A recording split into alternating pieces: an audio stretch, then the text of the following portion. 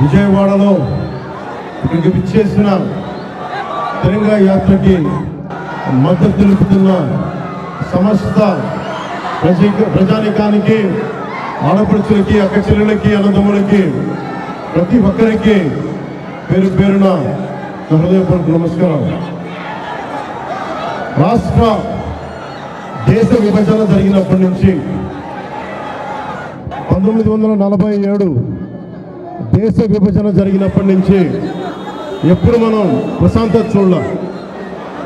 అడ్డగోలుగా లక్షలాది మంది నరికేశారు అప్పుడు పాకిస్తాన్ విభజనప్పుడు.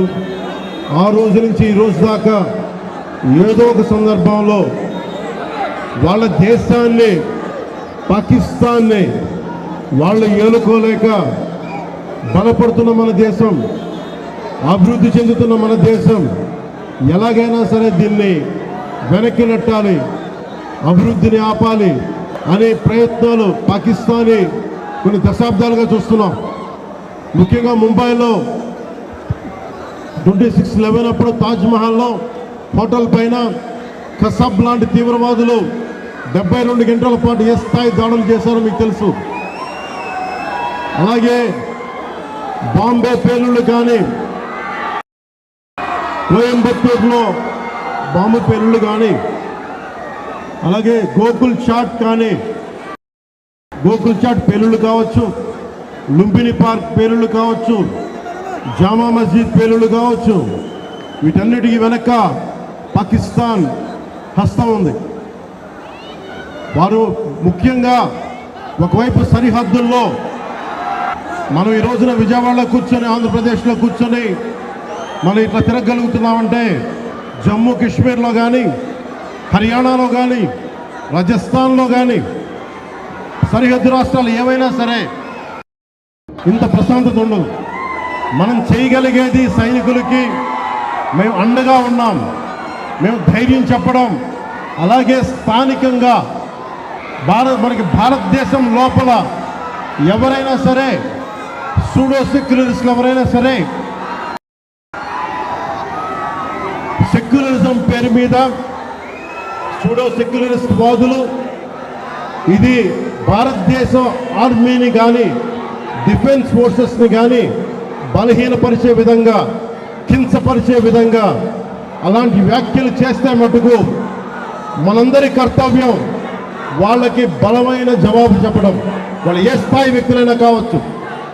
ఇది మనందరం చాలా బలంగా నిర్ణయం తీసుకోవాలి, నిలబడాలి మన వాళ్ళ కోసం. అలాగే మురళీ నాయక్ 23 ఏళ్ళ కుర్రవాడు మురళీ నాయక్ దేశం కోసం సినిమాలు చూడాల, సినిమాలు చాంటింగ్ చెప్పలా, భారత్ మాతాకి జై చెప్పాడు. ఎప్పుడైతే భారత్ మాతని ప్రేమిస్తారో వాళ్ళు నిజమైన దేశ పౌరులు. సినిమాలు రావచ్చు, సినిమాలు పోవచ్చు. మొన్న టీవీ ఇంటర్వ్యూలో కూడా చెప్పా, సెలబ్రిటీస్ ఎవరు మాట్లాడలేదు, హీరోలు ఎవరు మాట్లాడలేదు, బాలీవుడ్ హీరోస్ ఎవరు మాట్లాడలేదు అంటే వాళ్ళెవరు కూడా దేశాన్ని నడిపే వ్యక్తులు కాదు. They are mere entertainers, they are good performers. అంతకు మించి సెలబ్రిటీస్ గురించి దేశభక్తిని ఆశించకండి. దేశభక్తి ఇక్కడ ఉన్నది ఒక మురళీ నాయక్ లాంటి వాడు, 23 ఏళ్ళ కుర్రవాడు. పోతే సైనికుడిగా పోవాలి, దేశాన్ని కాపాడుతూ పోవాలి. అలాంటి మురళికి మనం ఏం చెప్పగలం? తల్లిదండ్రులకి ఏం చెప్పగలం? ఒకటి దేశం కోసం ప్రాణాలు ఒడ్డేసి వెళ్ళిపోయిన మురళీ నాయక్ ఆత్మకి శాంతి కలగాలని కోరుకుంటూ, నిరంతరం మన గౌరవ ప్రధాని శ్రీ నరేంద్ర మోదీ గారికి ఎల్లప్పుడూ వెన్నంటే ఉంటాం, అండగా ఉంటాం అని తెలియజేసుకుంటూ,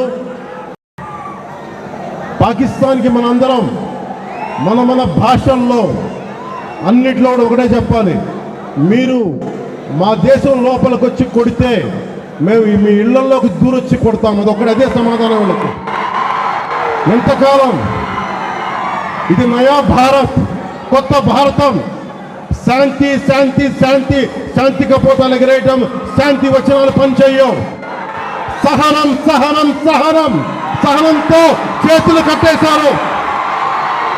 చాలు, మా ఇళ్లలోకి దూరొచ్చి కొడితే మీ సరిహద్దుల లోపలికి వచ్చి దూరి కొడతాం. పాకిస్తాన్కి ఇదే మా అందరం బలంగా చెప్పాల్సింది. మీ అందరికీ ధన్యవాదాలు తెలుపుకుంటూ ఒక్కసారి మురళీ నాయక్ ఆత్మకి శాంతి కలిగేలా మనందరం ఒక అమర్ రహే చెప్దాం. మురళీ నాయక్, మురళీ నాయక్.